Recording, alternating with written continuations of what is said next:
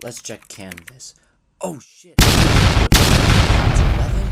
I guess I'll just use Chegg. Those were some famous last words. If only I could give freshman me some help. Oh wait. Hello all, my name is Tavin Zeise, and I am currently a senior studying mechanical engineering at the University of Wisconsin-Madison. As you may know, engineering is hard. Really hard. But throughout my time studying as an engineer, there are a few tips that I have found that have helped me survive. And today I'm going to share with you some of the tips and tricks that I wish I would have known when I started engineering as a freshman. I'm going to start off with a kind of obvious one, but something that definitely goes overlooked, and that's your note-taking strategy. As a freshman, I saw countless people, including some of my friends, not really taking effective notes or simply using the slideshows that the teacher provided to you. In my opinion, this is a recipe for disaster because there is something to say about the muscle connection when you actually physically write out notes. So many people that I know just took the slides that were provided and simply didn't take notes because all of the information was provided to them on the slides. But in order to be an effective learner, you have to write something down.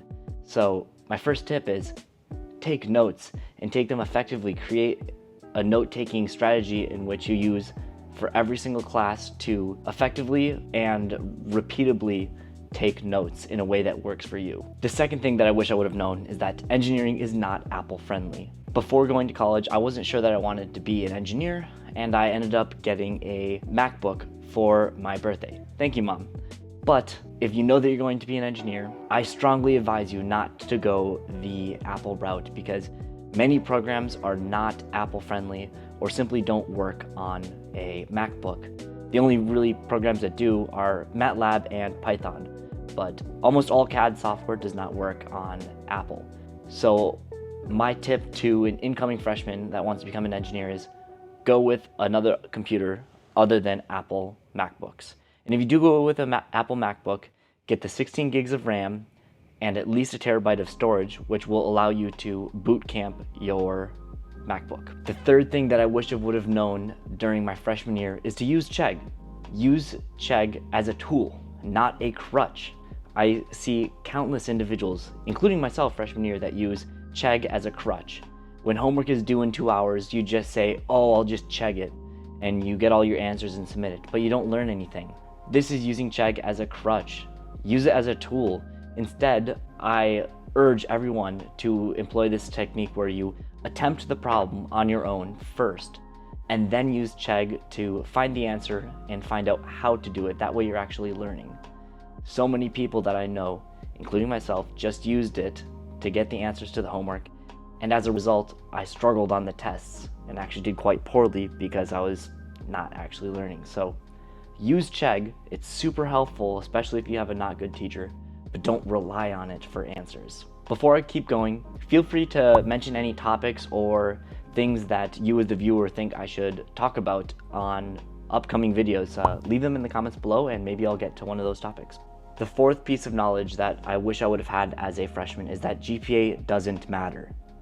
Well, it does matter, but not as much as what you may think, because most internships and jobs don't even ask for your GPA. GPA is only important if you plan on studying in higher education or going to grad school, which is generally not necessary for engineering jobs, and I honestly probably wouldn't recommend going to grad school for engineering as a whole. Instead, focus all of that time on getting good internships, having a very strong resume, and actually applying to jobs, because in the long run, your actual experience in engineering is way more important than your GPA. The fact that you got the engineering degree is generally enough for most jobs, and then they start looking for actual experience, portfolio work, and proving that you know how to do the real-world applications of engineering. This ties in perfectly to my fifth and final point. Internship, internship, internship.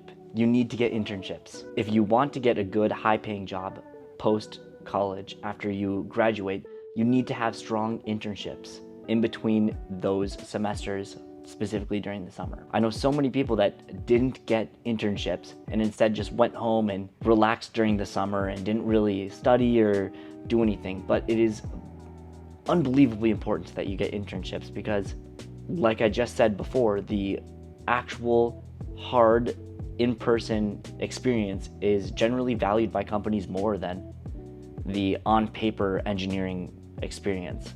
I know multiple individuals that didn't do internships and now can't get a job post-graduation because there are other engineering students that maybe did worse in school, but they have a full 2 years of real-world applicable experience, which is why companies are hiring them, because they're going to be earning the same amount. You'd rather hire someone that has real-world application, real-world experience, and can start helping the company right away. And I'll add in a sixth final little tip. Make friends. Make sure you get in a good studying group. Engineering is almost impossible if you're on your own. Get into a study group where you can learn and work with people, sometimes do homework together, because that significantly helped me make it through some of those super hard engineering courses such as thermodynamics, dynamics, physics, and heat transfer. Those classes I probably couldn't have done if I didn't have good friends to help me out with the studying and collaborate with. Well, that wraps up the top 5 things that I wish I would have known before studying mechanical engineering. I hope you guys enjoyed. And if you did enjoy this video, give me a subscribe, as I will be going over more content similar to this in the future. And if you're still here, comment if you would like me to make a video about the best tips and tricks to get a 4.0 as a freshman in college. Thank you guys for watching, and I'll catch you next one.